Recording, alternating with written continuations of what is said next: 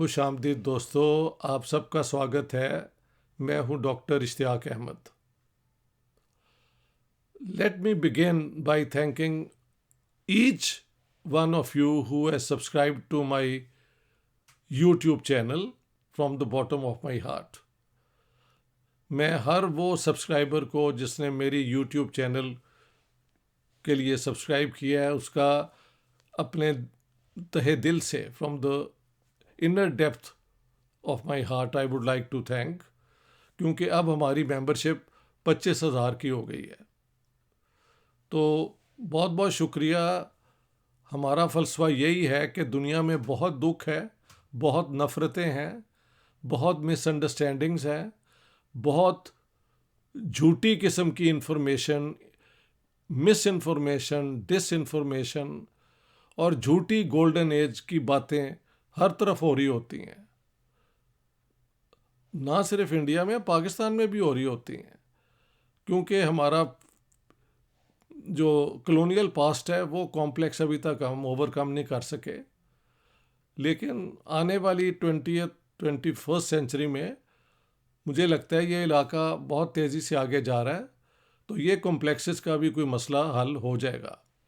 आज मैं एक बहुत बड़ी पॉजिटिव ख़बर को शेयर करना चाहता हूँ, जो हिंदुस्तान के लिए, कुछ लोगों के लिए उनकी नींदें उड़ी हुई हैं बग़ैर वजह के। यार, मुझे समझ नहीं आती कि ये कहा जा रहा है कि जी हिंदुस्तान में मुसलमानों की पॉपुलेशन बहुत जल्दी से ग्रो कर रही है और हिंदुओं को भी इसका मुकाबला करना चाहिए, बड़ी फैमिलीज बनानी चाहिए ताकि एक हिंदू राष्ट्र बन सके। Well, it's up to the Indians to devote their time, energy, make their priorities. लेकिन हकीकत क्या है? What is the truth? देखें, साइंस की मैं बार बार बात क्यों करता हूँ? Because it is based on facts, it's based on evidence. और ये एक आयरन लॉ है सोसाइटीज़ का कि जहाँ अर्बनाइजेशन होती है, फैमिलीज छोटी होनी शुरू हो जाती हैं।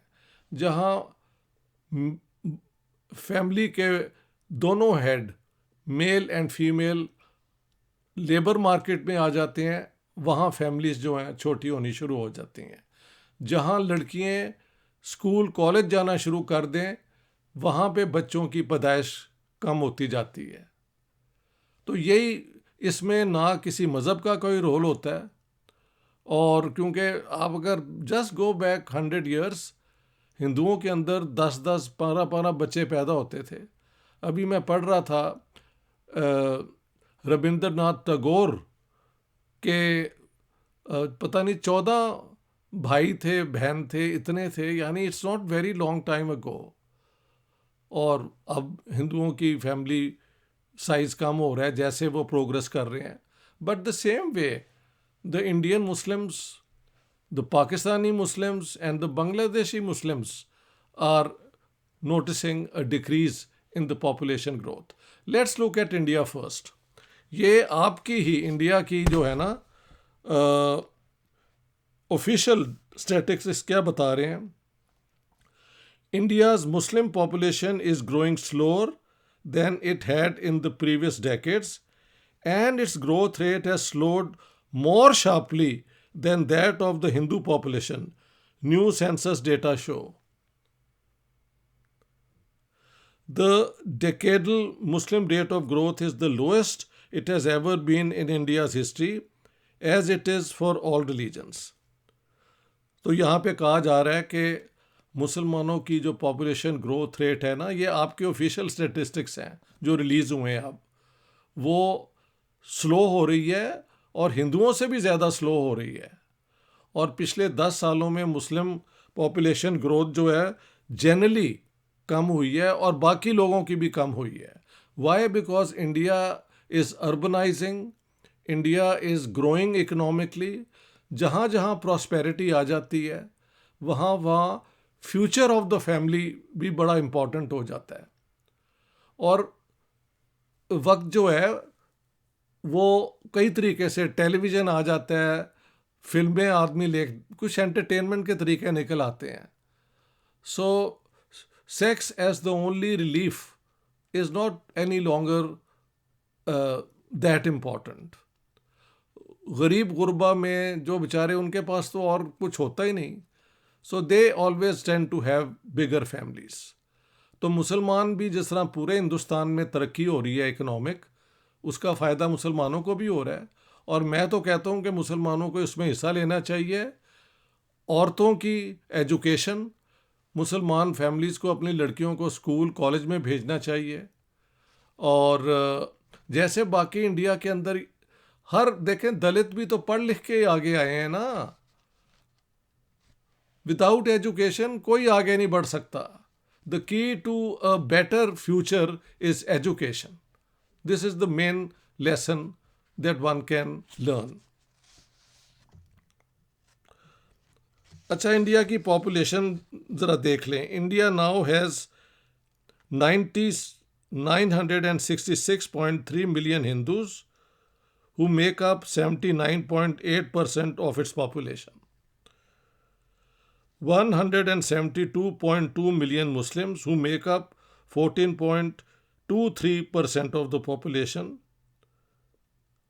Christians make up 2.3% of the population, and Sikhs 1.72% of the population.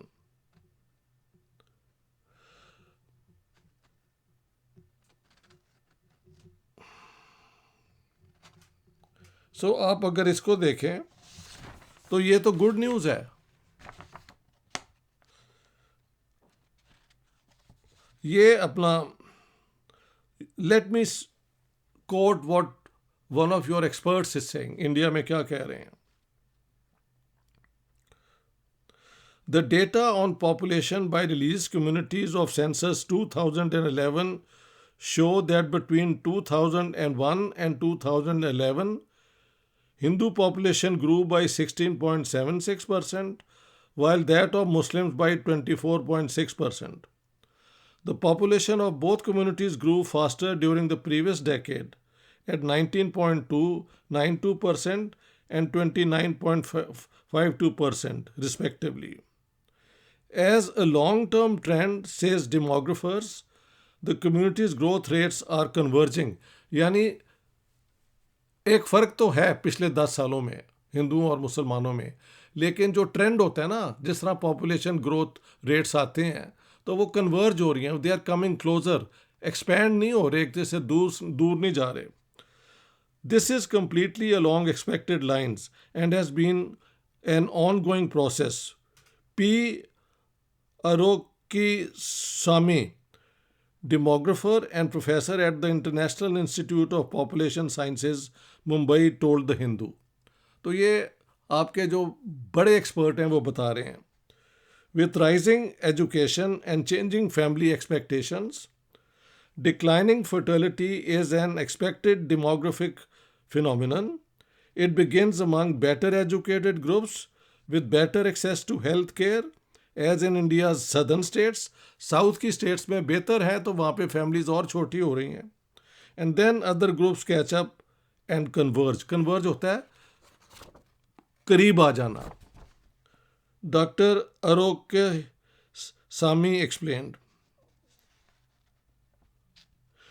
In Kerala, for instance, the Muslim fertility rate is extremely low, especially compared with all communities in the northern states. तो दोस्तों, मुसलमानों का जो ये conspiracy theory, एक मुझे बार बार लोग अपने मेरे कमेंट्स में भी कहते हैं जी कि मुसलमान 4 शादियां करते हैं. यार, एक शादी किसी की हो जाए आज के दौर में जब इतनी महंगाई है तो वो बड़ी बात है. पाकिस्तान के अंदर भी मैंने तो सिंस आई ग्रू अप, मैंने आज तक कभी किसी बंदे की 2 बीवियां नहीं देखी. किस दुनिया में आप रहते हैं? दुनिया गई है बदल. तो आप look at the objective data. देखें, विदाउट साइंटिफिक स्टडीज एनालिसिस जितनी भी बातें होती हैं वो एक वाइल्ड गेस होता है, या वो एक आपके अंदर जो पहले एक प्रेजुडिस होता है उसको एक नई शक्ल दी जाती है. पाकिस्तान में क्या है? पाकिस्तान इंडिया का रेट ऑफ ग्रोथ ओवरऑल 1% है और पाकिस्तान का रेट ऑफ ग्रोथ हुआ करता था 3.1%, जो 2.95% हो गया, अब 1.9% हो गया है। पाकिस्तान के अंदर भी अर्बनाइजेशन की वजह से, लड़कियों का स्कूल कॉलेज जाने की वजह से फ़र्क पड़ना शुरू हो गया है। आप देखेंगे ज़्यादातर पख्तूनों के अंदर अभी भी 2-3 शादियाँ, कई बच्चे हैं, लेकिन जैसे जैसे पख्तून सोसाइटी भी अर्बनाइज हो रही है और स्टैंडर्ड ऑफ लिविंग बढ़ रहा है, स्कूल कॉलेज खुल रहे हैं, तो वो रेट भी, ग्रोथ भी कम होता जाएगा। इसमें कोई, मुझे आप ये बताएंगे कौन कंस्पिरेसी कर सकता है एक छोटी फैमिली में जिसको खाने को नहीं मिलता कि उनको कहा जाए कि यार आप बच्चे पैदा करें क्योंकि हमने दुनिया पे छा जाना है। इस किस्म की बकवास जो मैं देखता हूँ मीडिया पे होती रहती है, don't waste your time on it. अपनी अकल इस्तेमाल करें, अपना कीप ऑन लर्निंग। मैं कहता हूँ कंपैरेटिव स्टडीज़ देखा करें। यूरोप के अंदर 10, 12, 13, 14, 15 बच्चे होते थे, अब तो ये हो गया है कि 2 बच्चों वाला रेट हो गया है। रशिया में तो पॉपुलेशन ग्रोथ रेट और भी कम हो गया है। कुछ सोसाइटी में तो ये प्रॉब्लम है कि उनके पास पॉपुलेशन ही नहीं है कि वो अपनी फ्यूचर सोसाइटीज़ का, as the people grow older and live longer, तो अगर आप बच्चे ही प्रोड्यूस नहीं करेंगे तो who will take care of them. सुना है चाइना के अंदर भी ये प्रॉब्लम हो गया because of one child population, वो जो थी उनकी स्ट्रेटजी। नेचर के साथ आप एक हद तक इंटरफियर कर सकते हैं बट नॉट टू मच।